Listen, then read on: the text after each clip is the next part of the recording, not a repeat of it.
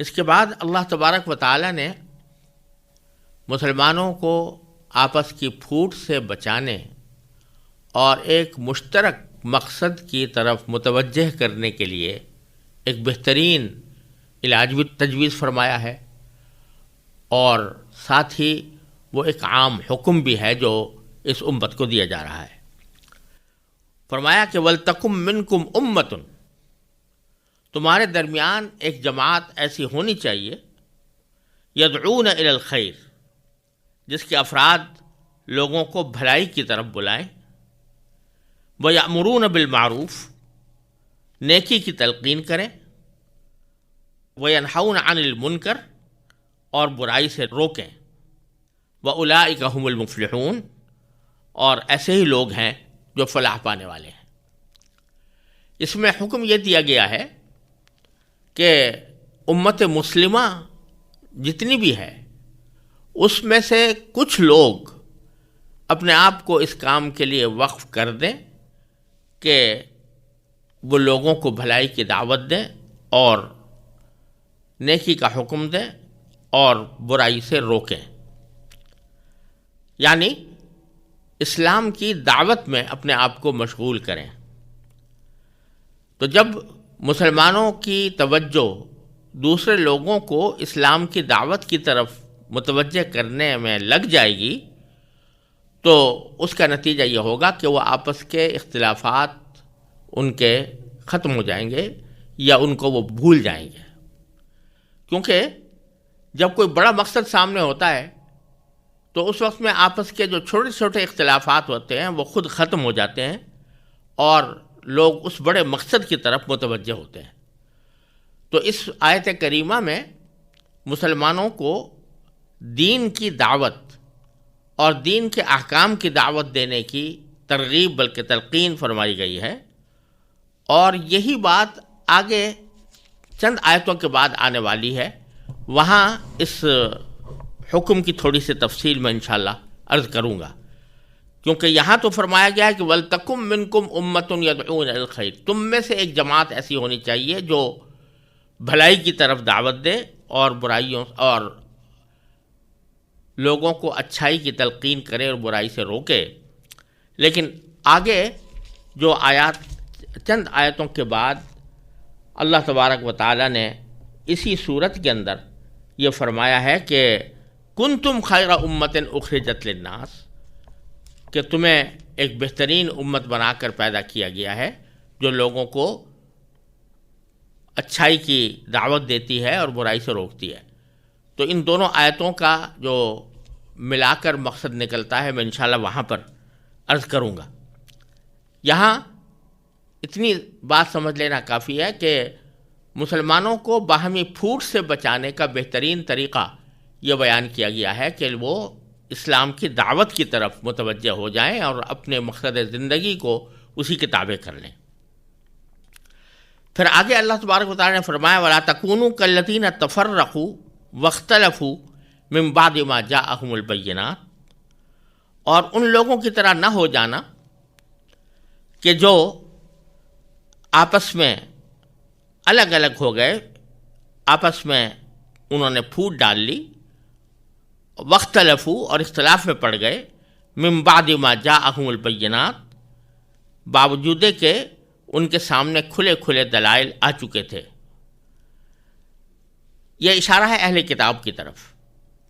یعنی یہودی اور نصرانی جن کا ذکر پیچھے سے چل رہا ہے۔ فرمایا جا رہا ہے کہ ان کی طرح نہ ہو جانا، کیونکہ ان کے سامنے بھی اللہ تبارک و تعالیٰ کی طرف سے کھلے کھلے دلائل آ چکے تھے۔ ایک تو اس طرح کہ خود ان کی کتابوں میں نبی کریم سرور دو عالم صلی اللہ علیہ وسلم کی تشریف آوری کی بشارتیں دی گئی تھیں، آپ کی علامتیں بتائی گئی تھیں، اور وہ ساری علامتیں رسول کریم سرور دو عالم صلی اللہ علیہ وسلم میں پائی جا رہی ہیں۔ اور دوسرے اس طرح کہ جب نبی کریم صلی اللہ علیہ وسلم تشریف لائے تو آپ نے قرآن کریم کی شکل میں عظیم معجزہ لوگوں کے سامنے پیش کیا اور اپنی نبوت کے کھلے کھلے دلائل لوگوں کے سامنے بیان کیے، جن کے بارے میں قرآن نے کہا کہ وہ خود یہ تسلیم کرتے تھے، اپنے دلوں میں مانتے تھے کہ یہ رسول کریم صلی اللہ علیہ وسلم واقعتاً وہ نبی آخر الزماں ہیں جو آخر دور میں تشریف لانے والے تھے۔ اس کے باوجود انہوں نے اپنے آپ کو ایک راستے کی طرف چلا دیا، یعنی انہوں نے آپ کی بات تسلیم کرنے کے بجائے اپنے آپ کو یہودی اور نصرانی ہی رکھا، اور ان کھلے کھلے دلائل آ جانے کے باوجود انہوں نے الگ راہ اختیار کر لی۔ ایسے لوگوں کے بارے میں باری تعالیٰ نے فرمایا وَأُولَٰئِكَ لَهُمْ عَذَابٌ عَظِيمٌ، ایسے لوگوں کو سخت عذاب ہوگا، سخت سزا ہوگی۔ اور کب ہوگی اس کا بیان اگلی آیت میں اس طرح فرمایا کہ یوم تبیض وجوہ وتسود وجوہ، اس دن ہوگی جب کچھ چہرے چمکتے ہوں گے۔ تبیض کے معنی ہے سفید ہوں گے، اور سفید ہونے سے مراد ہے کہ وہ چمک رہے ہوں گے، اور تسود کے معنی ہے سیاہ پڑ جائیں گے۔ تو کچھ چہرے چمک رہے ہوں گے خوشی کی وجہ سے اور اپنے اچھے انجام کی وجہ سے، جنت کے نعمتوں کی وجہ سے، اور کچھ چہرے ایسے ہوں گے جو سیاہ پڑ جائیں گے جب اپنا برا انجام آنکھوں کے سامنے آئے گا جہنم کی شکل میں، تو ان کے چہرے اس تکلیف سے، اس خوف سے اور اس دہشت سے جو ان کو جہنم کی شکل میں سامنے آئے گی، اس کی وجہ سے چہرے سیاہ پڑ جائیں گے۔ قرآن کریم میں کئی جگہ یہ بات آئی ہے کہ جن لوگوں نے کفر اپنا لیا ہے آخرت میں ان کے چہرے سیاہ پڑ جائیں گے۔ آگے فرمایا فَأَمَّا الَّذِينَ اسْوَدَّتْ وُجُوهُهُمْ، جن لوگوں کے چہرے سیاہ پڑ گئے ان سے کہا جائے گا کہ اکفرتم بعد ایمانکم، کیا تم نے ایمان لانے کے بعد بھی کفر اختیار کر لیا؟ یہ ایمان لانے کے بعد کفر اختیار کرنے کے دو مطلب ہو سکتے ہیں۔ ایک تو یہ کہ اہل کتاب کا ذکر چل رہا ہے، وہ پہلے حضرت موسیٰ علیہ السلام پر ایمان لائے تھے، اور نصرانی حضرت موسیٰ علیہ السلام کے علاوہ حضرت عیسیٰ علیہ السلام پر بھی ایمان لائے تھے۔ اس ایمان کے بعد جب رسول کریم صلی اللہ علیہ وسلم کا نمبر آیا تو انہوں نے کفر اختیار کر لیا۔ اور دوسرے اس میں وہ لوگ بھی داخل ہیں کہ جو منافق تھے، زبان سے انہوں نے ایمان کا اقرار کر لیا تھا لیکن حقیقت میں وہ کافر تھے۔ تو دونوں قسم کے لوگوں سے کہا جائے گا، ان کے چہرے بھی سیاہ پڑ جائیں گے، ان کے چہرے بھی سیاہ پڑ جائیں گے، اور ان سے کہا جائے گا کہ کیا تم ایمان لانے کے بعد تم نے کفر اختیار کر لیا؟ فذوقوا العذاب، لہذا چکھو مزہ عذاب کا، بما کنتم تکفرون، کیونکہ تم کفر کیا کرتے تھے۔ یہ تو کہا جائے گا ان لوگوں سے جن کے چہرے سیاہ پڑ جائیں گے۔ وَأَمَّا الَّذِينَ ابْيَضَّتْ وُجُوهُهُمْ، اور رہے وہ لوگ جن کے چہرے چمک رہے ہوں گے، ففی رحمت اللہ، تو وہ اللہ تعالیٰ کی رحمت میں ہوں گے، رحمت کے دامن میں ہوں گے۔ ہم فیہا خالدون، اور وہ اس رحمت میں ہمیشہ ہمیشہ رہیں گے۔ یہاں اللہ تبارک و تعالیٰ نے شروع میں ذکر تو اس طرح کیا تھا کہ کچھ چہرے ایسے ہوں گے جو چمک رہے ہوں گے، جو چمکنے والے چہروں کا ذکر پہلے فرمایا تھا، اور اس کے بعد دوسرا ذکر کیا تھا ان لوگوں کا جن کے چہرے سیاہ پڑ جائیں گے۔ تو پہلے چمکنے والے چہروں کا ذکر کیا اور پھر سیاہ پڑنے والے چہروں کا ذکر کیا، لیکن آگے جب اس کی تفصیل بیان فرمائی تو پہلے سیاہ پڑنے والوں کا ذکر کیا اور پھر چمکنے والے چہروں کا ذکر کیا۔ اس کی وجہ مفسرین نے یہ بیان فرمائی ہے کہ اس سے اشارہ اس طرف ہے کہ اللہ تبارک و تعالیٰ کا اصل مقصد یہی ہے کہ لوگ وہ اعمال اختیار کریں جو آخرت میں ان کے چہرے کے چمکنے کا سبب بنے۔ تو اصل چیز وہ ہے کہ ان کے چہرے چمکیں، اللہ تبارک و تعالیٰ کی دی ہوئی نعمتوں میں وہ پھلیں پھولیں۔ یہ اللہ تبارک و تعالیٰ کا اصل منشا ہے، اصل مرضی یہ ہے کہ وہ ایسا کریں۔ لیکن جب لوگ سرکشی پر اتر آتے ہیں تو پھر اللہ تبارک و تعالیٰ بھی ان کے ساتھ معاملہ عذاب کا کرتے ہیں۔ اسی وجہ سے دوسری جگہ قرآن کریم نے فرمایا ما یفعل اللہ بعذابکم ان شکرتم وآمنتم، اللہ تعالیٰ تمہیں عذاب دے کر کیا کرے گا اگر تم خود شکر گزاری کا راستہ اختیار کرو اور ایمان لاؤ، تو پھر اللہ تبارک و تعالیٰ کو تمہیں عذاب دینے کی کوئی خوشی نہیں ہے۔ اس لیے عذاب کا ذکر بیچ میں کیا اور شروع میں اور آخر میں چہروں کے چمکنے کا ذکر فرمایا کہ اصل منشا یہ ہے، اس کائنات کی تخلیق سے اصل منشا یہ ہے کہ لوگ اپنی عقل کو استعمال کر کے اللہ تعالیٰ کے احکام کی اطاعت کرتے ہوئے اس طرح زندگی گزاریں کہ آخرت میں ان کے چہرے چمکتے ہوئے ہوں۔ پھر اللہ تبارک و تعالیٰ نے فرمایا تلک آیات اللہ، یہ اللہ کی آیتیں ہیں، نتلوہا علیک بالحق، جو ہم آپ کو ٹھیک ٹھیک پڑھ کر سنا رہے ہیں۔ ٹھیک ٹھیک پڑھ کر سنا رہے ہیں کہ مطلب یہ ہے کہ یہ جو بات کہی جا رہی ہے کہ کچھ چہرے سفید ہوں گے یا چمک رہے ہوں گے اور خود کچھ سیاہ پڑ جائیں گے، یہ کوئی افسانے اور کہانی کی بات نہیں ہے یا کوئی توہمات پرستی نہیں ہے، بلکہ یہ ایک واقعہ ہے جو ہونے والا ہے۔ تو ہم یہ بات جو آپ کو سنا رہے ہیں یہ برحق سنا رہے ہیں، اس کو کوئی شخص یہ نہ سمجھے کہ محض ڈرانے دھمکانے کے لیے کہہ دیا گیا ہے یا توہم پرستی کی بنیاد پر کہہ دیا گیا ہے۔ یہ اللہ تبارک و تعالیٰ کی آیتیں ہیں جو برحق نازل کی جا رہی ہیں اور حق طریقے سے آپ کو پڑھ کر سنائی جا رہی ہیں۔ وَمَا اللَّهُ يُرِيدُ ظُلْمًا لِلْعَالَمِينَ، اور اللہ تبارک و تعالیٰ دنیا جہان کے لوگوں پر کسی طرح کا ظلم کرنا نہیں چاہتا۔ یہ نہ سمجھنا کہ جن لوگوں کے چہرے سیاہ پڑ جائیں گے اور اللہ تعالیٰ کے وہ عذاب کے مورد ہوں گے تو خدا نہ کرے اللہ تبارک و تعالیٰ ان پر کوئی ظلم کر رہا ہوگا۔ اللہ تعالیٰ تو نہیں چاہتا کہ ظلم کرے کسی پر، اللہ تبارک و تعالیٰ تو یہی چاہتا ہے کہ سب کی بھلائی ہو،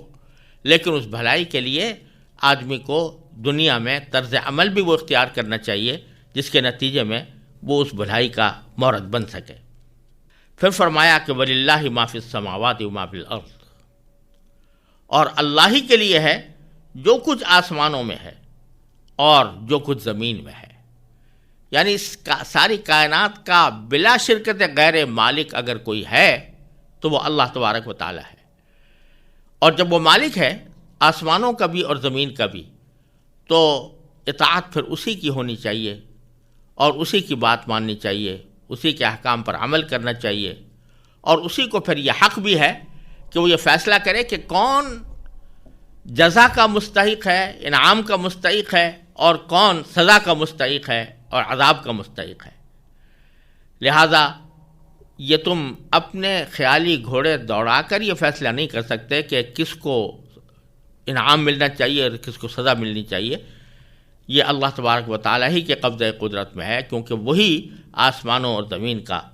تنہا مالک ہے۔ وَإِلَى اللَّهِ تُرْجَعُ الْأُمُورُ،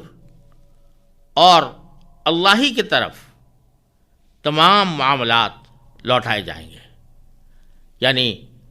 جو کچھ بھی دنیا میں تم کر رہے ہو، اچھائی کر رہے ہو یا برائی کر رہے ہو، بالآخر اس کا فیصلہ اللہ تبارک و تعالیٰ کی طرف لوٹے گا۔ وہاں ہر شخص اپنے اعمال کو اپنے اعمال نامے کی شکل میں دیکھے گا اور پھر اس کی جزا اور سزا وہاں پر اللہ تبارک و تعالیٰ اس کو عطا فرمائیں گے۔ اس کے بعد اللہ تبارک و تعالیٰ ارشاد فرماتے ہیں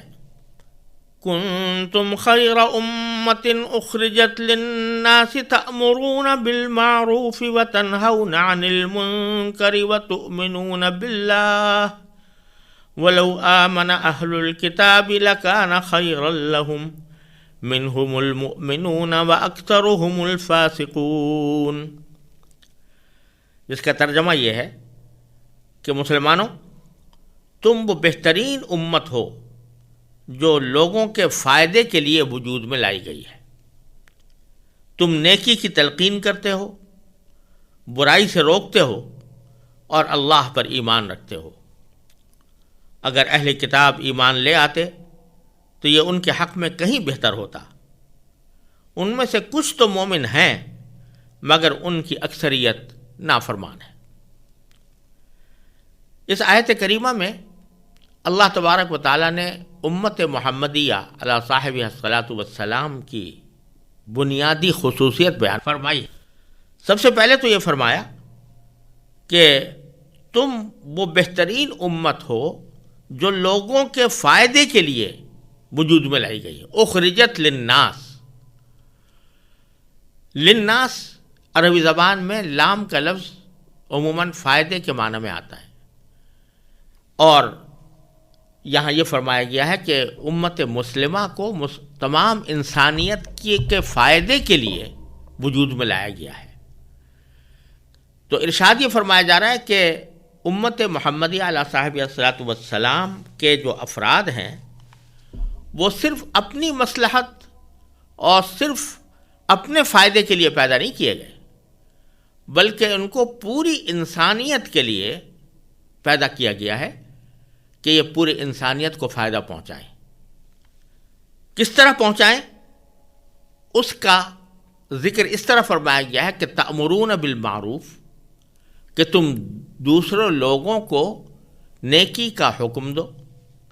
وتنہون عن المنکر، اور برائی سے لوگوں کو روکو، وتؤمنون باللہ، اور خود اللہ پر ایمان رکھو۔